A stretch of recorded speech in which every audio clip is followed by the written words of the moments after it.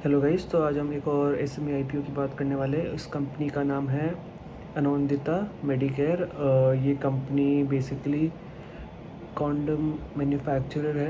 ये mail condoms manufacture करती है with a variety of flavours, और इनकी ब्रांड, द फ्लैगशिप ब्रांड जो है इस कंपनी को, वो कोबरा के नाम से बिकते हैं मार्केट में।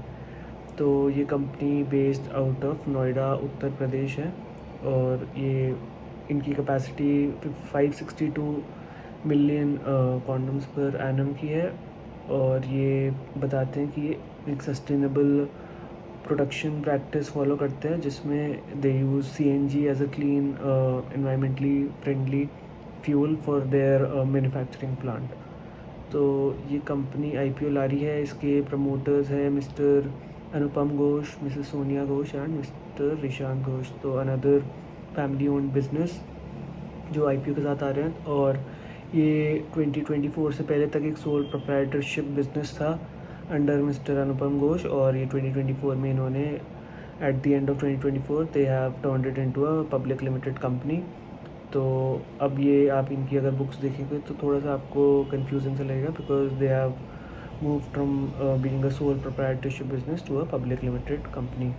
तो ये इशू किस लिए आ रहे हैं, what are the objects of the issue. तो ये कैपिटल एक्सपेंडिचर करना चाहते हैं, बेसिकली अपनी प्रोडक्शन कैपेसिटी बढ़ाना चाहते हैं, और उसके लिए प्लांट और मशीनरी की इनको रिक्वायरमेंट है, जिससे इनकी कैपेसिटी बढ़ जाएगी।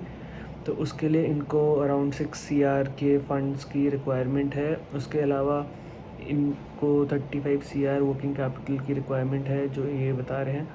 और इस बिज़नेस में भी थोड़ी वर्किंग कैपिटल रिक्वायरमेंट हाई रहती है। तो इस वजह से आप देख सकते हैं कि काफ़ी हैवी वर्किंग कैपिटल की ये मतलब रेस करेंगे थ्रू दिस आईपीओ। और अगर आप थोड़ा डीआरएचपी में झाँक के देखोगे तो आपको ये पता चल जाएगा कि जो इनके ट्रेड रिसीवेबल डेज़ हैं, they are longer than the trade payable days. तो बेसिकली जब किसी भी कंपनी में ऐसा होता है, तो इसको बहुत सिंपली समझे तो अगर आपके पास कोई सप्लायर है जिससे आप चीज़ खरीद रहे हैं, तो आपको तो उसको जल्दी पैसे देने हैं, बट जो प्रोडक्ट बना के आप मार्केट में बेच रहे हैं उससे जो आपके पैसे आएंगे उसमें आपको टाइम लगेगा। तो when the business runs like this, तो वर्किंग कैपिटल की रिक्वायरमेंट थोड़ी हाई होती है, because the money gets stuck, वो पैसा अटक जाता है इन्वेंट्रीज़ में और जो आपने चीज़ें बेची उसमें। और उसका जब तक कैश कन्वर्जन नहीं होता, जब तक वो आपके पास बुक्स में जब तक वो पैसा आपके पास एक्चुअली आता नहीं है, तो वो कैश तक रहता है। तो उसके लिए हमको वर्किंग कैपिटल की रिक्वायरमेंट रहती है। तो इस बिज़नेस में भी inventory, raw material, salaries, wages और इन सब चीज़ों की वजह से वर्किंग कैपिटल की रिक्वायरमेंट थोड़ी हाई है। और इसमें इनको एडवांस भी देना पड़ता है सप्लायर्स को, और सिक्योरिटी डिपॉजिट वगैरह जो, और बैलेंस थोड़ा गवर्नमेंट अथॉरिटी के पास रहता है, क्यों रहता है उसकी भी हम बात करेंगे। तो इन सब चीज़ों में इनकी जनरली कैपिटल फंस जाती है, तो इसलिए इनको वर्किंग कैपिटल की थोड़ी ज़्यादा रिक्वायरमेंट है। और इनने एक और चीज़ स्टेट की कि they want to do an acquisition, it is unidentified, मतलब कि अभी इनको खुद को भी नहीं पता कि ये किस तरह की कंपनी का और कैसे करेंगे। बट एक जनरल इनने मेंशन किया है कि they are looking forward to do an unidentified acquisition. Financials year on year बढ़ते हुए दिखेंगे आपको। रेवेन्यू काफ़ी तेज़ी से बढ़ रहा है। FY23 के एंड में दे मेड अराउंड 35.9 CR, जो FY25 के एंड में दे ऑलमोस्ट टच 77 CR। तो more than double the revenue in 2 years। Profitability की बात करें तो 34 lakhs in 2023 to 16.41 lakhs in the last financial year which was FY25। तो जंप बहुत ही ज़्यादा दिख रहा है। तो बात अच्छी है कि बिज़नेस इतना प्रॉफिट कमा रहे हैं, but you should also be very कि जब भी आईपीओ के पास कोई कंपनी आईपीओ के साथ आ रही है और उनके प्रॉफिटेबिलिटी में एक मेजर बूस्ट दिखता है, तो कभी कभार वो सिर्फ एक अकाउंटिंग बूस्ट भी हो सकता है। आई एम नॉट इम्प्लाइंग कि ये कंपनी ये कर रही है, but as a general way to check, आपको एक चीज़ अपने दिमाग में रखनी चाहिए कि क्या ये एक्चुअल में प्रॉफिट ये इनको रियलाइज़ हो रहा है या फिर ये सिर्फ बुक्स में दिखा रहे हैं। और एक और चीज़ आपको बता देता हूँ कि इनकी जो थोड़ी बहुत सेल्स है ये अपनी सब्सिडरी कंपनी के थ्रू भी करते हैं। तो जब आप ऐसे करते हैं तो you can basically push your sales to that company. आप अभी के लिए अपने प्रोडक्ट्स और वो बुक्स में दिखा दोगे कि हमने बेच दिए हैं, अब वो बेचे आपने अपनी सब्सिडरी को है, वो सब्सिडरी आगे वो बेच पाई है या नहीं ये किसी को नहीं पता। तो उससे बट आप एक टेम्परेरीली आप अपनी बुक्स में रेवेन्यू बूस्ट और प्रॉफिटेबिलिटी बूस्ट भी दिखा सकते हो। Again not implying that they are doing this, but ये चीज़ आपको दिमाग में रहनी चाहिए। बोरिंग्स थोड़ी बढ़ती हुई दिखेगी आपको। It was around 9.7 CR in FY23, which in FY25 and it was close to around 12 CR। Short term borrowings भी है लास्ट ईयर के एंड तक 15.5 CR, बट मोस्टली जो इनकी ये शॉर्ट टर्म बोरिंग्स है वो इसलिए क्योंकि इनको वर्किंग कैपिटल की नीड रहती है, तो जो कैश क्रेडिट लिमिट और इन सब चीज़ों में जो रिक्वायरमेंट होती है वो सब इनके शॉर्ट टर्म बोरिंग्स में आ जाती है। कंपनी का जो मार्जिन्स है वो भी काफ़ी अच्छे हैं ईयर ऑन ईयर, मतलब 20% EBITDA मार्जिन आपको देखने को मिल रहे हैं अराउंड दैट रेंज। तो काफ़ी बढ़िया है, मतलब कि अच्छे मार्जिन्स पे कंपनी डील कर रही है। और इन्होंने थोड़ा बहुत अपनी रीजनिंग भी दी है कि why their sales were so down in FY23 और अभी क्यों बूस्ट हुआ है सेल्स। तो इनने ये बताया बेसिकली कि 2021 और 22 के एंड में जो ये प्रोडक्ट्स बेचते थे वो मोस्टली प्राइवेट पार्टीज़ को बेचते थे जिसमें अच्छे मार्जिन होते थे, बट अब क्या इनके पास वर्कफोर्स बहुत ज़्यादा है, अराउंड 150 to 200 एम्प्लॉयज़ की इनकी वर्कफोर्स है। प्लांट के ऑपरेशन से पैसा लगता है, तो काफ़ी सारे ऑपरेटिंग एक्सपेंडिचर्स भी है।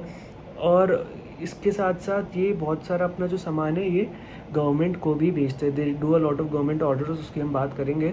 और वो 2022 और 2023 में जब इनका केवल 34 लाख पैट था कि वो बहुत लो मार्जिन पे इनने उस साल बेचा, और it was like at least more than 15% lower margin than what they sell to the private parties.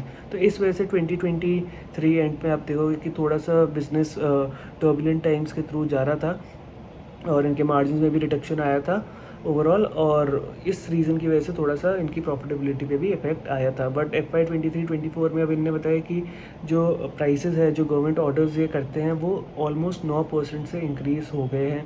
तो इससे इनको एक फ़ायदा मिल रहा है, जो प्राइस है, जो हायर सेल्स वॉल्यूम ये रियलाइज़ कर पा रहे हैं, और प्रॉफिट मार्जिन भी इनके इस वजह से इंक्रीज़ हो रहे हैं। और पहले ये केवल 50% क्वान्टिटी के लिए मतलब टेंडर्स में अप्लाई करते थे, लेकिन अब ये 100% क्वान्टिटीज़ के लिए अप्लाई करते हैं। तो आपको उसमें भी एक बूस्ट दिखेगा कि इनकी जो सेल्स है वो FY24 से 25 में ऑलमोस्ट 30% इंक्रीज़ हुई है। FY22-23 से FY23-24 में ऑलमोस्ट 30% से इंक्रीज़ हुई है, because they have started participating more in government tenders. Instead of participating in 50%, they are now doing all 100%। तो ये इनने अपनी एक रीजनिंग बताई। अगर इनकी पीयर कौन है मार्केट में, तो ये कंपनी है क्यूपिड करके, जो इस सिमिलर लाइन ऑफ बिजनेस में विच इज़ देयर पीयर्स।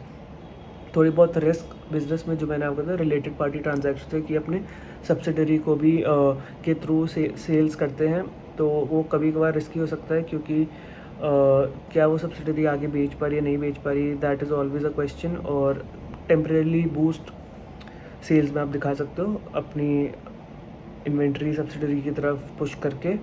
तो वो एक चीज़ है जो आपको पता रहनी चाहिए। तो always check the cash flow, कि कैश फ्लो सिचुएशन क्या है कंपनी की। कस्टमर कंसंट्रेशन रिस्क थोड़ा हाई है, बट कंपनी छोटी है और अभी मेजरली यूपी से ही जो है ये ऑपरेट कर रहा है। तो इनका मेन मार्केट यूपी, हरियाणा और दिल्ली है। और वर्किंग कैपिटल हाई तो है ही, और बुक्स थोड़ी सी कंफ्यूजिंग लगेगी because they have shifted from a sole proprietorship business to a public limited company. इनका एक मेजर क्लाइंट जो गवर्नमेंट ऑर्डर्स की बात कर रहे हैं अपन, वो है एक central medical services society CMSS, जो एक गवर्नमेंट प्रोक्योरमेंट एजेंसी है जो गवर्नमेंट के लिए high quality medical products procure करती है। तो इनके काफ़ी अच्छे, मतलब ये काफ़ी बार उनसे हर साल बेसिकली उनको बेचते हैं सामान। They apply for tenders and they win those tenders and they do a lot of sales. तो दे काफ़ी सारे गुड्स ये सप्लाई करते हैं CMS को through the warehouses which are located in multiple states. तो ये जो चीज़ है ये इनका मेजर सोर्स ऑफ रेवेन्यू है। आप FY25 के एंड में देखेंगे तो आउट ऑफ 46 CR जो इनने सेल की है, almost close to around 20 CR was through these government procurement agencies. तो ऑलमोस्ट 45% जो इनकी सेल्स है वो इसके थ्रू आ रही है। बाकी इनके और डिस्ट्रीब्यूटर्स हैं, इनकी खुद की सब्सिडरी है और स्टॉकिस्ट है जिनके थ्रू ये सेल्स करते हैं।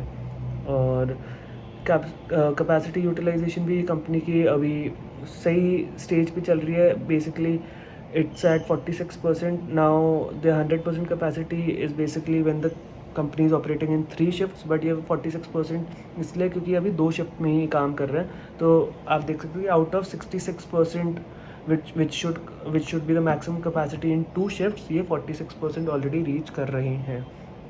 तो 295 पीपल का स्टाफ है और ये पहले प्राइवेट प्लेसमेंट भी कर चुके हैं अपनी इक्विटी शेयर्स की एट 74 रुपीज़ इशू प्राइस, और इसके बाद इन्होंने बोनस इशू किया था 1:2 के रेशियो में। तो basically the investors who participated early in this business got it at 50 rupees. तो उनको ये 50 रुपीज़, जबकि इनकी इशू प्राइस इस बार है 145 rupees. So the people who participate early basically got a 2x to 3x return by participating in the early private placement. Business strategy business की है कि ये चाहते हैं कि यूएन क्वालिफाई हो जाए और एक्सपोर्ट बिज़नेस में घुस जाए। तो यूएन क्वालिफिकेशन के लिए ये ट्राई कर रहे हैं। अगर इनको ये क्वालिफिकेशन मिल सकता है तो ये यूएस जैसे CMSs के थ्रू ये बेचते हैं, वैसे ही यूएन में भी ये अपने टेंडर्स के लिए अप्लाई कर पाएंगे और बेच पाएंगे और इंटरनेशनली एक्सपोर्ट कर पाएंगे, which would be a big boost to the sales. They are already in the process. इन्हें बताया कि ये ऑलरेडी इस पर तैयारी चल रही है और ये पूरी कोशिश कर रहे हैं। ये फीमेल कॉन्ट्रासेप्टिव्स में भी घुसने की कोशिश कर रहे हैं और ये इस लाइन के थ्रू जो नई लाइन ला रहे हैं that would be more automated. So they are trying to shift from manual process to more automated processes. तो ये बिज़नेस की फ़िलहाल स्ट्रैटेजी है। और अगर हम ऑल इन ऑल वैल्यूएशन की बात करें कि कंपनी जो लिस्ट होगी ये 260 CR की मार्केट कैप पे लिस्ट होगी, तो taking the FY25 revenue the PE comes out to be at around 15.85 times। तो ये इसका PE आप इसको अपने peers से कंपेयर कर सकते हैं, which is Cupid, which is trading at a much higher PE, but of course that's a much bigger company and this is almost 20x bigger than this company। तो उस तरह आप मतलब even apple to apple comparison तो नहीं कर सकते, but through that pair you can actually visualise कि if the company does well and goes through the same trajectory that Cupid went through, कि स्कोप है बिजनेस में, बिजनेस काफ़ी बड़ा हो सकता है। तो that was a brief explanation on every major thing that was covered in the DRHP। इसके बेसिस पे आप एक और चीज़ है promoter holding, I missed it. तो प्रमोटर होल्डिंग बिजनेस पे थोड़ी लो है because they did a pre placement before. The promoter holding pre issue is at 83.95%, which after the issue would be at 61.71%, which is a little bit lower for a company at such a small scale. तो एक और चीज़ आपके दिमाग में होनी चाहिए। बाकी सारे फैक्ट्स आपके सामने हैं and you can decide whether to invest in this company और not. I for now would like to see if the sales and the profit that they have shown is sustainable. तो I will track it probably for the next 1 year and see कि अगर ये सब जो इनने margin और sales जो है वो सेम ट्रैजेक्टरी से ग्रोथ कर रही है and they are able to convert it into the cash flow as well, you can see it in the cash flow statement as well. तो definitely this would be a good growth business which can do well. तो ये चीज़ है। इसके UN export का आपको track करना पड़ेगा, अगर वो कर पाए तो that would be another boost. तो all in all then this would be a business worth investing, but for now I would keep it in the watch list and see like where the business grows।